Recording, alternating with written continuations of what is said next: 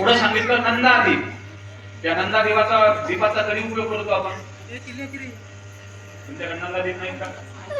आहेत ना? ज्यावेळेस आपल्याला अखंड दीप प्रज्वलित करायचा असतो त्यावेळेस त्याच्यासाठी खूप खास लावलेली असते, त्याला नंदादीप असं म्हणतात.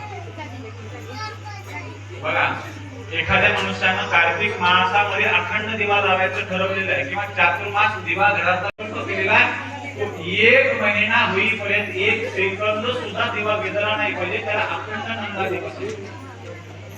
तुम्ही म्हणता महाराज काजळी चढल्यानंतर त्याचं काय करायचं सांगितलं? आपली काजळी चढलेली असेल किंवा तेल टाकायचं तर त्याच्या अगोदर दिवा विझवण्याच्या अगोदर दुसरा दीप त्याच्या बाजूला लावून ठेवायचा आणि मग तो दिवा विझवायचा.